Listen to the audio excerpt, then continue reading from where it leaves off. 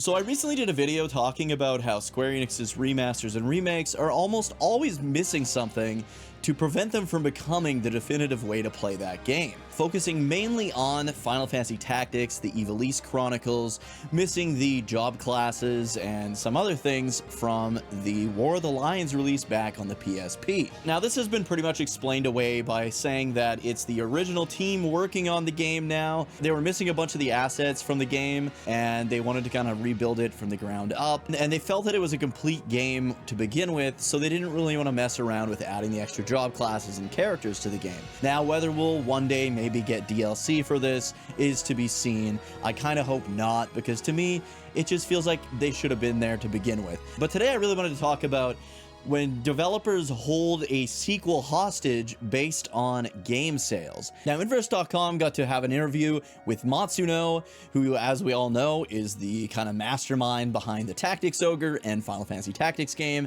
as well as Kazutoyo Mahiro. And at the very end of the interview, they said, "While we cannot make any promises about the future, if this title is successful, it'll not only demonstrate that there's interest from gamers, but also the viability of tactical games as a business. Such success will surely pave the way for the release of new tactics titles that follow the Ivalice Chronicles. We sincerely hope that this happens." It's kind of weird to me that they would say this, because I know that Diofield Chronicle and Project Triangle Strategy sold really well, especially for how low budget these games are to make. I also don't want to put the Ivalice Chronicles in so much of a limelight here, because I do feel like this is going to be a good game. This is going to be a really good remaster. Sure, you're missing some of the job classes and a little bit of the extra content, but as the developer said, it never really needed to be there. It just would have been nice to have been included, especially if you're already doing an enhanced and a regular way to play the game in the remaster itself. And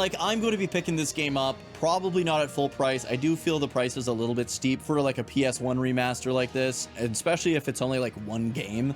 You've seen the Suikoden collection release for the same amount, and you're getting Suikoden 1 and 2 HD. On the same topic of holding sequels hostage based on sales, the creators of Suikoden went on to say that if the Suikoden HD remasters do well, and if their new Suikoden mobile game do well, they're looking to do more Suikoden games. So what I really want to focus on is when it's a game that's not of the same quality, or it's on something that you're not going to generally want to play that game on. They want to force you to buy that version of the game in order to get it on platforms, or to get sequels released on platforms that you actually do want to play the game on. Another Square Enix one, for example, is the Pixel remasters. For the longest time, the Pixel remasters were locked to Steam and mobile. As someone who does not play on PC, and I know there's a ton of you out there that also do not play on PC, it was absolutely devastating to find out that the Pixel remasters aren't going to come to console unless they sell really well on Steam. So I ended up grabbing a couple of the Pixel remasters, some of my favorite Final Fantasy games, on Steam, even though I can never get Steam games to properly work for me. Also, the fact that Breath of Fire 6 was released as a mobile game and didn't do well. Well, guess what? Nobody wants to play your crappy Breath of Fire on mobile.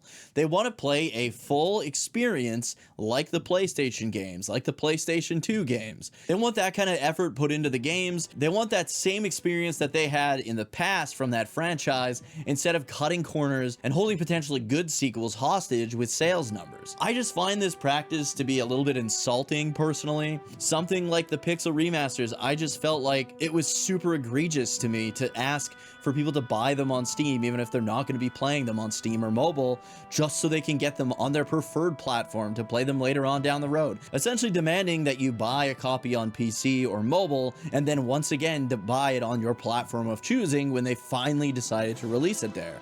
I'm not talking a year or so. It was quite a bit of time before the Pixel remasters made it home to consoles. At the end of the day, I do understand that this is how they gauge interest in a sequel, but if they're going to botch the remaster or have it secluded to a specific device anyways, they're kind of self-sabotaging their own chances of a sequel and then just passing the blame on to the fan base or the consumer. I just wanted to shine a little bit of light on this kind of thing because it has been driving me crazy that developers have been doing this quite a bit lately. I'm definitely missing some other companies and some other instances where this has happened. So if you remember any of these instances, please let me know down in the comments what other games and developers have done this kind of thing. But it's just something that pisses me off because to me it just sounds like the developer trying to take themselves off the hook when it comes to like the responsibility of how well the games sell and whether a sequel does or does not get made. I get it that they want to gauge interest, but at the same time, if you're wanting me to buy some crappy mobile game in order for me to get a sequel for a game that I've loved forever,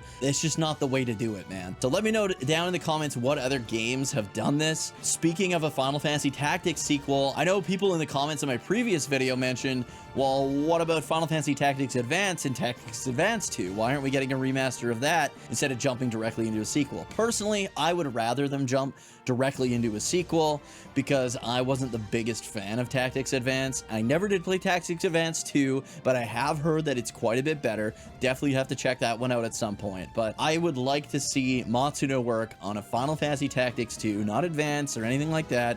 I would like a fresh, new game because we get so many remakes and remasters these days, and I don't mind. It gets people to play them again on modern platforms. It also gets people who haven't had the chance to play these games to experience these absolute masterpieces. So I don't mind, but you gotta have some new with the old. You can't just continually rehash the old stuff. But anyways, tell me your thoughts on this whole holding sequels hostage behind sales figures thing. And if you enjoyed this video, please remember to like, subscribe, and turn notifications to all. And I will see you guys in the next one.